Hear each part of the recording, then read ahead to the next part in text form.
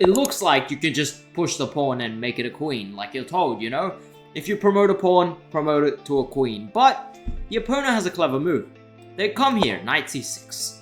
And you're like, okay, I'll make it a queen. And they say stalemate. Why is it stalemate? Their pawn can't move. Their knight is pinned to the king can't move, and this pawn, it's coming this way, so it's a draw. That's fine, we can take the knight first, but this is a good way to lose the game because they move the king, we make a queen, and then they make a queen, and they say, oh my god, I'm gonna take your queen, you're gonna lose the game because I know how to checkmate with a king and a queen, and you're bad at chess. So okay, you might have figured out the trick, it's not to promote to a queen. Promoting to a queen is the wrong way to do this. And it's not promoting to a knight either. This would not actually do anything. They just move the knight and you can't checkmate with a knight.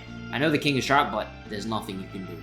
Now, making a bishop makes little sense as well because, again, it's stalemate. So instead, of course, you make the rook, Gotham chess style. You make the rook and you're actually kind of threatening rook h1. It's not an immediate win, but this is your main threat.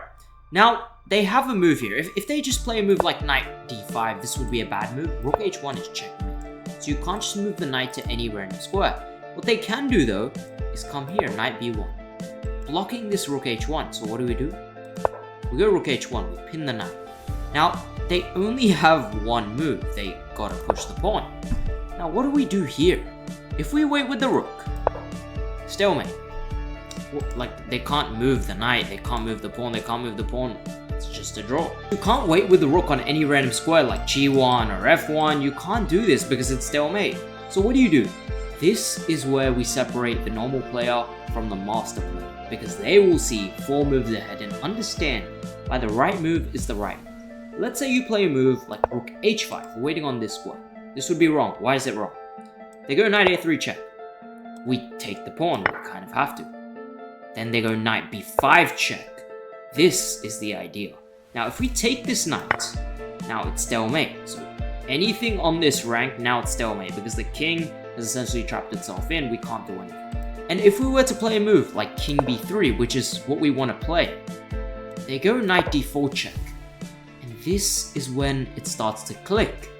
We shouldn't have the rook on h5 if this were the case. We should have the rook on h4. This is why we go back to the starting position. We actually play rook h4, this is the correct move.